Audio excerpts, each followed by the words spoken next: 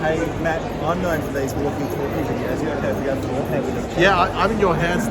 This could be dangerous. So, look, you rolled in. I was doing some work fairly late back in the Australia Pavilion. You rolled in, all full of enthusiasm. You said you just come from the UK. You failed to mention you just met the King. I met His Majesty. Yeah, that's sort of like I buried the lead. Yeah, exactly right. It was an extraordinary opportunity. So I actually went to the pre-COP reception hosted by His Majesty, King Charles III, and I got an opportunity to meet the King and also pass on my condolences on the passing of his mother and tell him how excited we were about his ascension.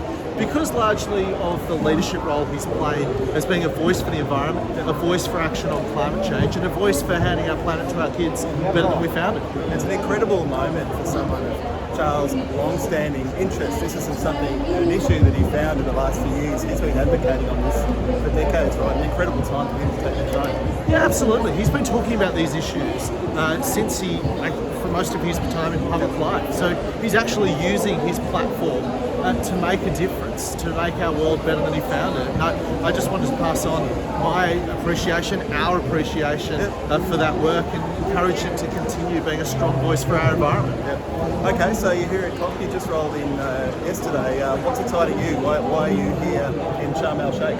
I just think the positive vibe, people of goodwill from all around the world coming together, whether it be governments, investors, stakeholders, who want to do their bit for our environment, but are also looking to seize the opportunities that are going to come with the biggest transition that we've ever seen. Well, it is incredible. Like I've been sitting in on some of the negotiations, and there's a real focus on not just ambition, which is absolutely important that we continue raising that, but the implementation and sharing notes across the world, the technological know-how, but also the policy know-how, things that are working around the world. And we have some good news stories on that front in Australia, right? We certainly do. I've just met with the hydrogen guys. They're really excited about what we're doing here in Australia. The Germans are interested in importing our hydrogen to their country. There's a huge new market for Australia.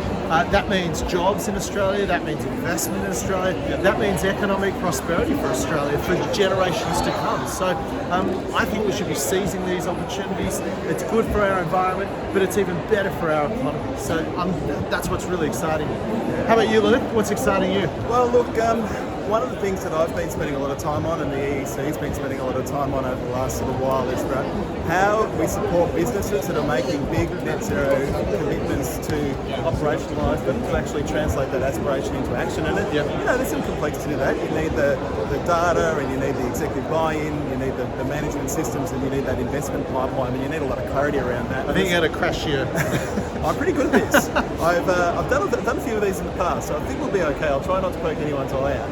But the point is that it's great to have that target, but it needs to run right through the business. Yeah. So we've been doing some work with Climeworks, and I know your department back in New South Wales have been doing some work on this as well in terms of supporting businesses on that operationalisation journey. And the reason I raise it is because I'm really excited. One of the things because we've been connected with the UK's Transition Plan Task Force, who coming out of Glasgow was charged by then Chancellor Rishi Sunak, now Prime Minister, to actually put a framework around this so that businesses had a clear sense of what a robust transition plan looks like.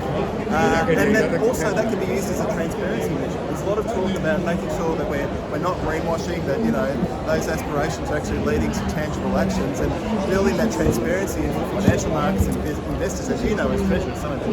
Yeah, it's about confidence. It's about ensuring that people are getting what they pay for, that these investments are real. So I want to congratulate you and the work that your team are doing in ensuring the business can have confidence, investors can have confidence. That will drive investment into our country and drive it into businesses and ensure that we're able to benefit from what is the biggest transition the world's ever going to see. And that's one of the great things about coming here, going to that point around collaboration. It's a perfect example of how we can work together to build these sorts of common frameworks around stuff like transparency, around stuff like operationalisation.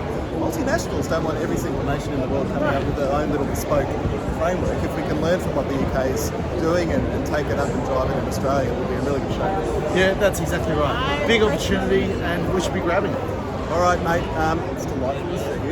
Great to thanks see for coming you. for Mate, a your wander. navigational skills have been phenomenal. I don't know where we are, by the way. We found the Pakistani pavilion, so We'll I find don't know out how close that is to Australia. We're wandering the world over the last 5 minutes or so. Great to catch up. Have a really productive couple of days. Thanks, Luke, and good luck for the next 2 weeks. Cheers.